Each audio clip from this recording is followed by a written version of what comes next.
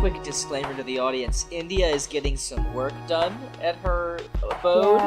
Yes. So if it sounds like someone's getting hammered to death, it's just a wall. Yes, believe that. It is just a wall. There is no one banging to get out of my basement. Wow, okay. No one. Welcome, it's 10 Very Big Books.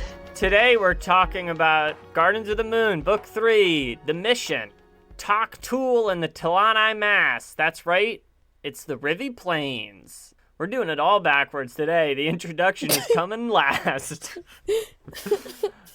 My name is Peter Bond, and with me is my friend and closest confidant, not a murderer, India Jones. Aloha. And of course, the mad puppet of this particular podcast, Joshua Baker. You're all my marionettes, and it's all a dream. That was fantastic. Thank you. You know, I actually felt like I had a fun banter thing I wanted to do, but it seems like we really kind of... We kind of used up all the juice, so to speak, you know? Can we just use a little more? There's a little, you ring it real tight, there's a little bit left. I don't think so, and I think this particular... Hold on, I'm swishing the bottle. There's some juice left in that bad boy. Oh, actually, no, do you know what? It's just like that kind of condensation with traces of the juice. You know, it's like the little water at the bottom of the mustard. It's like juice adjacent. There's nothing, that was a horrible one. Water at the bottom of the mustard. You didn't shake it. You didn't shake that bad boy. I don't know what that one got me so good. Oh my god, this opening's a gangbuster. It's a rocket straight to the moon. Garden of the moon. And with that, spawn. With that, all right. Let me summarize. Off to a great start as always. Chapter 8. The bridge burners have arrived north of Darujistan. On the shores of Lake Azure, the Black Moranth unload munitions and confer with Whiskey Jack. Quick Ben uses his magic to contact Hairlock. The puppet emerges from the chaos between Warrens and informs Quick Ben about the Hound of Shadow, Perrin, and Tattersail. Afterwards, the bridge burners set sail for Darujistan, with Quick Ben proposing something to Whiskey Jack.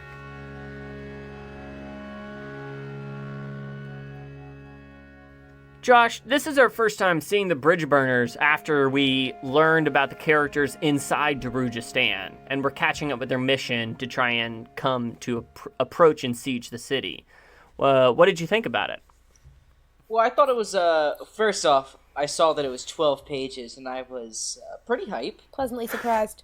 Yes, and but I thought it was interesting. I missed my boy Whiskey Jack. He starts off talking to the Moranth. Yeah, Bug's Life. The bug people, which I've before asked about, and every answer I get, I still don't quite understand. But I'm gonna go with it. It was interesting to see that they kind of like treated him with some respect. Like we keep getting told that Whiskey Jack is this great general, but like I mean, if I feel like if even like these bug people acknowledge him, I'm like, how did you end up here in this shitty mission? Yeah, it was interesting to see that, like, you know, he's in this bad position, but like obviously the dude's done some shit to get some respect, which was cool to see. Yeah, I mean, I think later on when we're in Pale, they talk about how he used to be Dujak's commander. You know, yes. He's clearly a storied veteran. Yeah, I also I mean, whenever I'm with it's so weird because when you're with the bridge burners, like. Yeah. These characters in any other fantasy novel, like, they would be the main characters, that like the only characters, and we would see, and it's so wild that like they have their own lives and this own great story, but we don't get to see it. We get to see these like glimpses into it, and I hate it and I love it. Really interesting. What do you think about that, Inge? Okay, I didn't know that there was bug people in that chapter, so that's fascinating. That's when Perrin first shows up on Genabacchus, he flies on a giant bug to the city of Pale. Oh, in this chapter? No, like 4 or 5 chapters ago. No, I'm talking about this chapter. I didn't realize that he was talking to a bug person at all. I see. But when does the plan come into?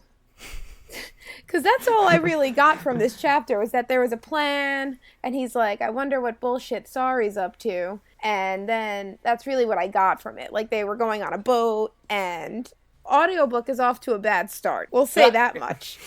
Yeah, well, they're staging the plan. And then, wait. Let me just tell you from what I understood. Okay. And then we can go from there. So there were two people with two conflicting ideas of how this plan was going to go. Sure. And then they were like, one guy was like, we could do your plan, but it'd get us all killed. So we're going to do my plan. And so then but nobody knows how to ride a boat or to do something with a boat except for Sari. And Sari's no one knows how to fish except for Sari. Yeah. And then everyone's like, what's up, Sari? Yeah. You know, it seems like a strange skill for her to have to them. And then... Yes, and then I found out later that apparently Whiskey Jack's gone. He went somewhere else with, I guess maybe he was with a different team of people. Yeah, they split up. Kalam, Quickben, and Sari kind of go off, and then Whiskey Jack and the rest of the soldiers are in a kind of separate team. And was the little marionette in this chapter? Yes, he was, because this is when I was in the supermarket. Sense memory. That. And so, and then he kind of sums up what happened in the city of Pale when the Hound of Shadow attacked Perrin and Tattersail. Right. Yes. But whoever he was talking to who controls him is right? Quickben. They're allies. He doesn't control the puppet. Oh, I thought he said that he did. Well, yeah, the puppet kind of like... Well, the puppet is answering to him. Like, you know, they're allies. I don't know if he controls him. He summoned him. Oh. You know, like, he, summoned Hairlock to him. I think it's more that they're bound, and that they did use that word, yeah. Quickben kind of has some weird connection that he could kind of mess with Hairlock, but it's tenuous at best. Yeah, and it's not like Quickben can be like, yo, bring me some grape soda, right? And Hairlock's like, I must. He did say that, I don't remember what he said, but basically it's getting harder to not control, but I guess. I don't know. He said something grows, he's getting more in control. Yeah. You'll remember Hairlock is not technically within one of the Warrens, right? Yeah, that's why he's crazy. He's within the space between the Warrens, chaos as it's called. And as a result, he's he's losing a few strings, if that puppet makes sense. I don't know. No, it does. But and then another thing that he said, I'm just trying to understand the small parts, maybe to understand the whole story. So he's like, you can't go to the, you know what, it's so confusing. So this guy who's this marionette is in between, so he keeps trying to get to somewhere, but it breaks him or something. He's not trying to get somewhere, he's acting, and we kind of learn about this later on. He's he's a rogue agent. He's an informant. He's informant. He's hunting crows. He's trying to work with the bridge burners in a way. Okay, and then I guess my last question is, he was talking like he was getting kind of working for someone else kind of or something, and he had a knife, and he thought he was gonna stab him, I think, at some point, but then he just put it back, and then he read his mind at some point, and his mind said something about Tattersail, I believe. They talked about Tattersail, right? But then he read his mind, I think. No, did he not? Josh, ringing a bell? No. Oh. It doesn't ring a bell for Pete. That's awkward. I feel like I want to revisit it in my audiobook, but I'll save that for later. Okay, well, yeah, I thought he did because he was telling him, he felt like he wasn't telling him everything. Maybe not. So we're not concerned about his allies, who he's... Oh, well, I mean, I wouldn't say he certainly seems a little unhinged to me. Oh, for sure. So he was not at any... He took his little knife out at some point, this little marionette. I know he did. I know he did it. He's like Chucky in that way. God damn it. Well, that's all I got from this chapter. So, that's all I know. Well, hopefully that cleared something up. I can't promise it did. No, I guess it does make sense, but maybe you could explain to me more so about the plans, and they were throwing a lot of names around in the audiobook, and I was just not following. You'll remember Hairlock kind of ended up as a puppet because the High Mage Tashrin kind of betrayed him and the other wizards during the Battle of Pale. Mm-hmm. So he that's how he ends up in puppet form. So he's certainly motivated to work against Tashrin. Mm. What I really liked about this chapter is, I feel like, especially, if you compare it to next chapter, often I feel like there's a lot of plot, and we're, rushing to understand who, what, why, where, there's so much you're trying to take in. And what I liked about this chapter is it was very small. It was, it was just, here are the bridge burners. Here's what they're up to. And then here's Trots being a silly guy. Trots is fun. Trots is fun, and that's what I enjoyed spending time with the characters, and I think for me, I was so caught off guard by this chapter, because when I think about the book, I think about, kind of the larger story in a way, and not necessarily the smaller character moment. It's very impressive that you can imagine a larger story in this, because to me, it's just a bunch of little sub stories going on with no clear plot of a larger story, actually, at all. But there were the Darujistan, India. I don't Darujistan. Nice. Oh, damn it. And on that, Chapter 9. Tok the Younger, an outrider in the Second Army, and Claw rides towards Pale. He comes across corpses and follows the track south. Tok finds the Imperial adjunct Lorne being ambushed by Barghast. He helps rescue her along with the help of Tool, a T'oolan Mass. Tok and the adjunct ride the same horse towards Pale.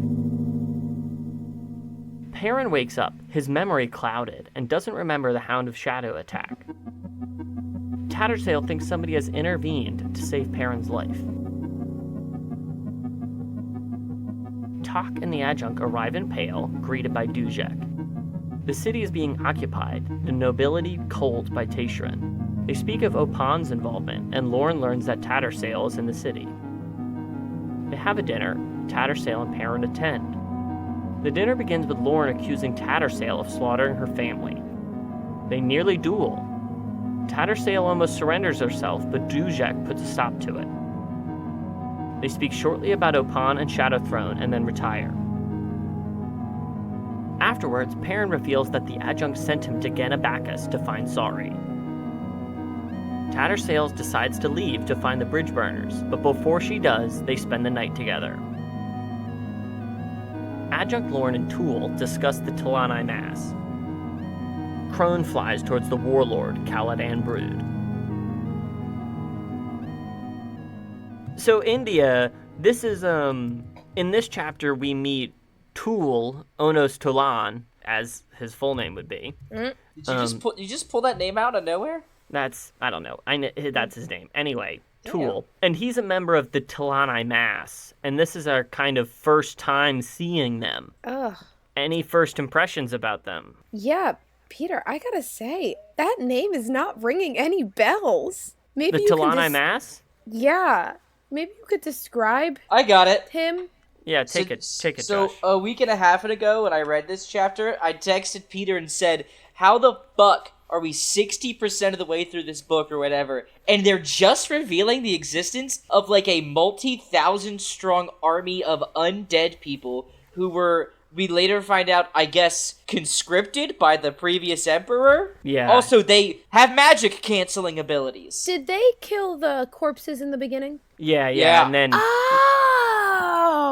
And then, like, Tool kind of shows up out of the ground and, like, kind of saves the day. And then he grabs the guy and breaks the leg and stabs him. Yeah. That's him? Yeah, exactly. Yeah, he's an undead bone man. Oh, I love him. I love him. He's a skeleton man. Oh, I'm a big Tool fan. I like that he came out of the ground. I like that big fan of Schism, has, like, old clothes the on. pot. I like that he really came through in that moment. But it was that was a very violent scene. Yeah, it was a little violent. I'm a little upset we just kind of yelled over my sweet references to Tool the band, but who's Tool? Whatever. I wasn't listening, but sorry, I was having a moment of clarity. I loved it. I just want to appreciate during the Tool Love Fest, I think he ends the next chapter with the great quote about futility. Oh, it's so good. Ugh.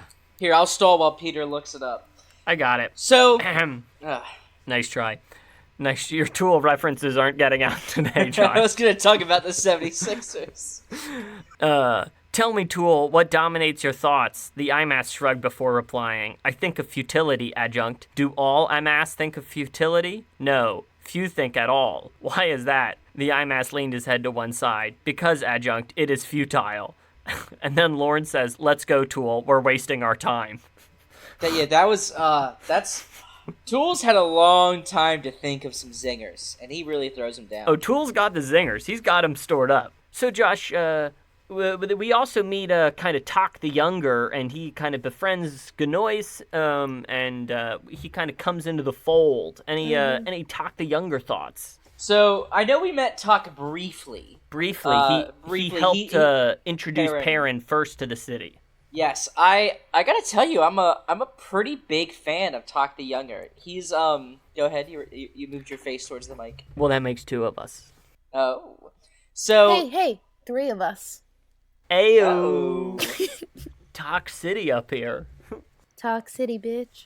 We should rename the podcast Talk and Talk. What do we think? Fuck me, that's good. Anyway. All right, good talk. So good talk. Anyway, so I like Tok the Younger because he like straddles that. He's a claw, which they've been presented as kind of like, you know, killers trained from a young age who have no remorse. But then Tok's also like, yeah, but then I was in this army for 4 years, and there's some cool dudes, and I love that, like, no one in this world is free from being human. You know what I mean? Oh, like, yeah. That's an insightful thought. Yeah. I crushed that. So I mean, I don't know. Like in so many fantasy novels, he's got like a split loyalty. He's a man of two minds. In so many fantasy books, like the people are like, oh, super edge claw people. I serve one master, and he is death. And Tok's like, oh, these soldiers are pretty cool dudes. And he's also like him in that dinner scene is great. Oh yeah, because he is. I love that in the dinner scene, Erikson chooses to write it from his point of view. And he does this all the time. And that's one of the things I like so much about the series is that, like, in a room, there'll be, you know, a god and all these things, all these powerful people. And the point of view will be of, like, the normal Joe Schmo in the room. That's exactly what I was going to say. Like, I love how out of depth he just so is in that scene. And like, he's just chilling. Yeah. He's like, because, I mean, you know, there's the whole shit where, like, Tattersail and Lorne are about to deal, and, you know, Tok he can't take sides, but he's also, like, not trying to let people just murder each other. I don't know. I love a lot of it. And I know what you're thinking. What do they have at this dinner? Good news. It's Taco Tuesday. India, what did you think of the dinner? Kind of the centerpiece scene of the chapter, in my mind. I mean, I did not get as much of it out of it as it seems Josh did. However, is this scene back in time? No. Or no? Oh, at all? Like, No. None of that chapter was back in time. None of the chapters back in time. What are we doing? Oh my God. Okay, never mind then. I don't know, because I just thought that because the puppet came and was like talking all this shit about what was going on with Tattersail, and then she was like, I'm awake in the next chapter. Well, like, I see. There's sort of flashbacks, like, for moments. Well, you know, you gotta think, like, I guess the Hound of Shadow attacks Pale in, like, chapter 4 or whatever. So I think, you know, it took some time for Hairlock to get there. So these two things are probably happening concurrently, but Hairlock is, like, a few days, you know, like, Whiskey Jack is getting a few days old news. Okay, all right. Like, there's a delay in the news. There's not a delay in time. Yes, all right. Are you playing a game on your phone, Ange? What are you doing? No. Okay, this is just getting really hard. I don't think I can do the audiobook. It's really hard to follow. But I need to know, is Lorne the thing? Mage Killer. Adjunct to the Empress. Adjunct. Okay. Same person. Yeah. Yes. Well, I don't really understand why they call her both names, but it's fine. Well, the adjunct is her, like, title. Yeah. All right. Yeah, she's cool. I couldn't tell the difference between. Is she a magic person? No, her sword is anti-magic. It's made out of the stopping magic metal, Ototarl. Now, okay, on that subject. And sure. This is probably spoilery, so you probably can't say anything. She mentions, after she gets hurt, they're like, oh, we'll bring our best, you know, healing mages. And she's like, at this point, you know, magic doesn't affect me. What's up with that?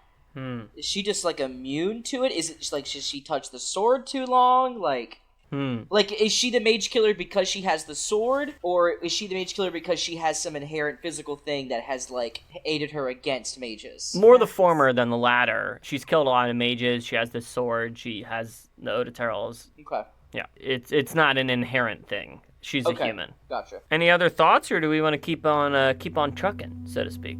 I'd like to truck. Yeah, I think so. Well, let's truck. Chapter 10. Perrin and Tak meet up at an inn. Tak is surprised to see the captain alive. Together, they decide to furtively follow Tattersail's trail. Tattersail's on the Rivy Plain and encounters Bellurdan waiting to arrest or kill her. They converse. Bellurdan reveals that Tayshrin was researching an ancient Jagat tyrant whose tomb lies east of Darujistan. Given no choice, Tattersail opens her warrant. Affected by the elder magic of the T'oolan Mass, it engulfs both she and Bellurdan in flame. Lorne and Tool watch the Warrens burn, observing the elder Warren, Starval Demelane. Crone speaks with Kaladin Brood about Anomander Rake, Opan, and the Crimson Guard. Tak and Perrin find Tattersail's body, with tiny tracks leading away from it. They suspect Lorne was involved, and Perrin swears revenge. Crone reunites with her ravens and discusses the elder sorcery over the Rivy Plains. They see it as a puppet who is attacking ravens over the plain. Crone flies back to Moonspawn to tell Anomander Rake, whilst Hairlock tracks the adjunct Lorne and Tool.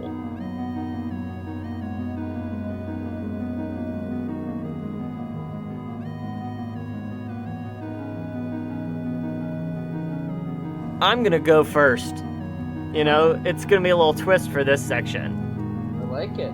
And here's why. Because, you know, I'm reading through the second time, and, you know, I have such memories of reading the book, being so confused, and one of, what I would say, the defining features of the confusion is every few sentences you read this name, and you're like, oh, wait a second, do I know this person, or... And then, like, you cut away, and it's a completely new person you've never heard of, and you're like, who's this person?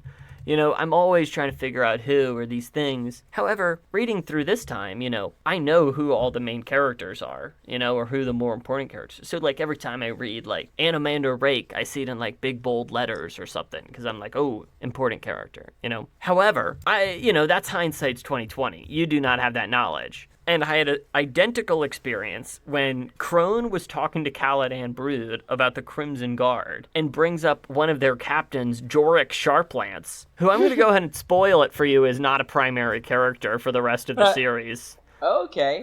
Good to know. I read this name and I was like, who the fuck is Jorrick Sharplance? I've never heard of this character in my life. And, you know, it was a real throwback to having no clue who anyone was. So that's what I wanted to share from Pete.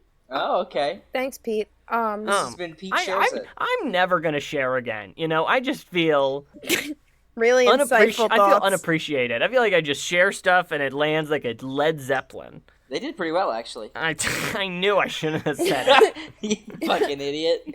Oh my god. Josh, before we got on air, you said you liked the Kaladin Brood stuff. What did you think of meeting the warlord of the Rivy Plains? Okay, before we do that, I would like to go on record and say Bellurdan is my least favorite character so far in this whole book. Why is that? Fuck I guess that we're guy. Just screw Kaladin Brood. We're gonna get to Kaladin in a second, but all Bellurdan has done is not be successful at Moonspawn. That's true. Not entirely his fault. Yeah, alright. Fucking hold his ex-lover's body and remains in a bag. Be pretty weird about it. Not move. Not be dead. Just unmoving for a few days. When someone's like, hey, that smells like shit. Can I, like, preserve it? He's like, yeah, dope. And now we discover that he didn't bury it. He's still just holding on to this bag. Alright? He's chilling. Okay, but fucking Tayshrin's the one that got his lover dead. And he's here like, oh, well, Tayshrin's fuck you, Bellurdan, you idiot. Alright, now let's go. What was the question? Okay, now Kaladin Brood.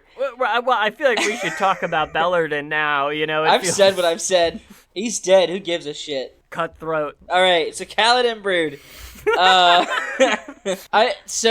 We know almost nothing about him. What I find very concerning for the good people, and by good people, actually, who the fuck even is good, man? The non-Malazan forces. Yeah, I guess. I don't know. Anyway, Animander Rake we've seen, and it's pretty clear he's fucking powerful, and I feel like up until this point, I assumed that among the mortals, he was the most powerful in the game. And Kaladin Brood really does not seem to give two shits about him, and seems to... And I was like, that's either dumb, or this dude's so powerful, like, he just doesn't give a shit. And that's concerning. Well, Kaladin Brood certainly has some power to him. Yeah, I'm curious to I don't know how much I can say. So yeah, I assume not. It's okay. Now his army. This was a thing I was trying to piece together. They're like he is the warlord of like the local plainsmen who are allying against. Oh God, I'm gonna say this, India. If you understood any of this section, I would be okay. You're shaking your head. So. I was like wondering if my absence of speaking was going to be brought up, and you just outed me. So no, because let me tell you, I had the luxury of seeing all these words, and I could not keep track of them. So like, it was the Jorrick Sharplance that really threw you off. Yeah. So they're like north of Pale in some woods. Yes. And is this like a coalition of a lot of different peoples? Yeah. So there's like. Amongst the people that have been opposing the imperial conquest of Genabacus, there's like the free cities, all of which have been conquered. Right. Out next to Darujhistan. Okay. And then there's kind of like, this loose coalition of forces. There's this warlord, Kaladin Brood. There's these sellswords, the Crimson Guard. And they're mercenaries. There's Moonspawn and all the Tisti Andi on it, So there's like a kind of loose floating army that's been fighting them, in addition to these free cities that have been falling. Okay, fighting Malazan? Yeah, yes. Fighting the Malazan. And we don't really know their motivations yet, other than like not wanting to be in the Malazan Empire, right? Which I think is a motivator for many people. It's a pretty good one. Going off of that, because like we're pretty early on in this series, like how much of the world is now this empire? Yeah, great question. Also, how many continents are there, and can I have a map? There's maps in the PowerPoint. Yeah. What? Great time as any. Time to shout out. I think we did it before. We've used You Sleep in X on X Bed. The PowerPoints off of the Malazan subreddit. They're a great resource to people who are trying to read the books. So. No, don't tell them that. We're a great resource for people trying to read the books. Oh, the 7 cities. I'm trying to spread the love. Spread the love, Inge. No. All right. Well, let's enough Kaladin Brood talk. Let's talk about Inge between you choose between Perrin, Hairlock kind of causing trouble, and then Tattersail's confrontation with Bellurdan, and then their flamey engulfing death. Any of those stand out to you? Take your pick. All right, I'm gonna start with Tattersail. I actually thought I really enjoyed her character for the brief time that she was there, and I really thought that she was gonna be like a main, just because for some reason she seems like the only character that isn't really like an asshole. I don't know. However, I did think she was kind of an asshole during the something of Pale Siege. Yes. So, I'm sad that she's dead. I don't get why or how it happened. I thought that she had a warrant and was able to use it. Why did she die? Okay, well, Josh, you take it. Okay, so first off, here's what I want to say. I haven't read the books, but, like, I've read a lot of fantasy books, and if I've ever seen they're not dead, they've changed shape, this is the biggest one I've ever seen. Like, she's not dead. I want you to look at Peter's face, and I think that you're right. Yeah. So that's great. Because she has... So she, like, in that last moment, and again, this is, like, one sentence. Is he good? He's not good. You solved the puzzle. She's actually... Yeah, she's super alive. Well, because, like, again, with the audiobook, there's, like, one sentence that said... That doesn't... Peter, come back means here. Nothing. Come back, Peter. Okay. Let it be known Peter's hiding his head behind a blanket right now. No, because there's like a sentence where she's like, and then she thought of Hairlock, and I was like, oh, so she's gonna put her body in something else or some bullshit. But then they said childlike foots, and now I'm wondering if she's like a baby, which seems like a twist. Look at Peter. Oh, Peter's fucking face. I can't speak about anything, you know? Either I'm so right or I'm just not even close. It's just hard, you know? There's this mystery and you're just taking big shots and I just don't know what I'm supposed to do. Yeah, well, who knows? You could do like we did during Game of Thrones and claim to not have read the books. I didn't read the books. I didn't. Let's go with that. I actually haven't read the book. I don't know. Okay, good. That's my theory, India. I appreciate that theory. Good, because I really couldn't imagine. I mean, every character seems like a main character, but she seems like a super main, so... Yeah, I agree. I would be like, yeah. Ah, damn it. I missed 4 things in my trash can just then. It's not about the shots that you take, never mind. And that's the attitude I want us to bring to reading Gardens of the Moon. It's not about how many you missed. No, what is it? It's just about fear of striking out. Come on, what's the quote? No, you got it. You got it. I think you've said it. It's not about fear of striking out. I think you've said all the words, just not in the order. It's just about playing the game. Give it one more shot. Okay, it's not about fear of striking out. You know what, Inge? You know what? I'm gonna cut my losses and let's just move on. No. You know what, Inge? You know what? Let's start wrapping it up, and then at the very end, we'll let you go out and nail the phrase. You know.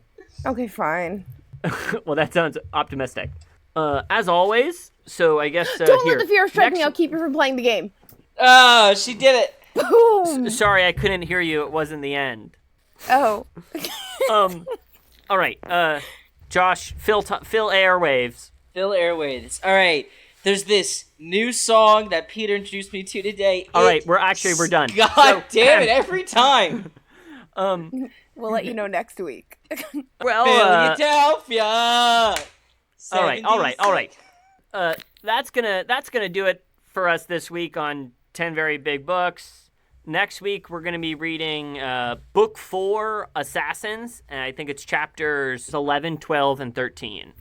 Look for us then. We'll post the date. Maybe we'll edit in and afterwards. As always, tell a friend, at 10 Very Big Books on Twitter and the Gmail. Send us a comment. I'm sure we'll post on the Reddit. We'll be around in the comments talking to folks. And then we're actually we're recording this the day we just put the podcast up on the internet. We're having a few in the bank, and we want to get things going, but we received a lot of great feedback, so we just wanted to thank everyone for listening. Josh, do you have any predictions going forward? We're like midway through the book now. You actually could make a prediction. Yeah. I'm going to cover my face regardless of your prediction. So. Okay. So I'm going to take a bold guess. So we met the Darujistan clan, and I think the Darujistan clan is going to mess with the plan that the Bridge Burners are going to enact. You know what I mean? You think our 2 sets of heroes are going to collide? Yeah, well, the 2 sets of main characters that are in this city, I think they're going to collide. What I don't know, however... Any guess on who's coming out on top? That's what I'm getting ready to say. I don't know whether it will be a straight conflict or whether there'll be some vestiges of working together, you know what I mean? Because I could see the Bridge Burners spinning what they're doing in a way that could sound maybe as a positive to our miscreants in Darujistan. But we'll see. India, any prediction? You predicted there would be more romance, and people got down this chapter, so... Yeah. So far... I'm spot on with the predictions, I know. It's like I read the books. But I think that... Who was the coin bearer? Oh, shit. Josh, you got it? No, that fucking kid, man. It's a kid. The young thief, Crocus Younghand. Crocus. God damn it. I think young Crocus is going to come through at some point, and he's going to do something that's going to be life-changing. He's going to do something. I agree. That specificness. So you let me know if you think that's a good prediction. All right. And the phrase I was thinking you meant to say was, you miss 100% of the shots you don't take. That's Wayne Gretzky, that's motherfucker. Mm-hmm. I think that was more so where I was. Yes, that's 100% where I was going, Peter. Thank you for that. Yeah, so but I'd like to thank Peter for knowing the quote that I was going to say. You said a better quote, though. Whatever shit you said was hella better than that. Oh, yeah, you're right. Don't let the fear of striking out keep you from playing the game. Yes. Is that a real quote? Yeah, it's from a Cinderella story with Hilary Duff. Oh, look it up. fuck you. Oh my god. God damn it. All right, get me out of this fucking podcast. See, we'll be back soon. Thanks for listening. Thank you. Love you. Good night.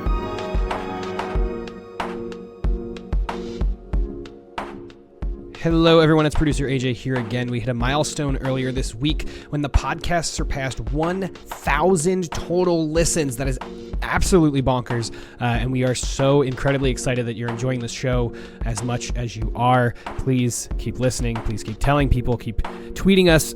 We really love when people say, hey, I just came across this. I just started reading this book, and it popped up in my podcast feed, and that's really great. Just keep telling your friends. Keep rate us and review us on Apple Podcasts. That'll really help us out. We also want to thank Dan Gesrick for making our logo. You can follow him on Twitter at Dan Gesrick for the hottest contact solution takes. And of course, all of the music for the show comes from Amaranthin's album Simulant Rain, which you can find on bandcamp.com. Links to their pages will be in the show notes, and 10 Very Big Books will be back in 2 weeks. That is June 21st, 2019. Thanks so much for listening. See you then.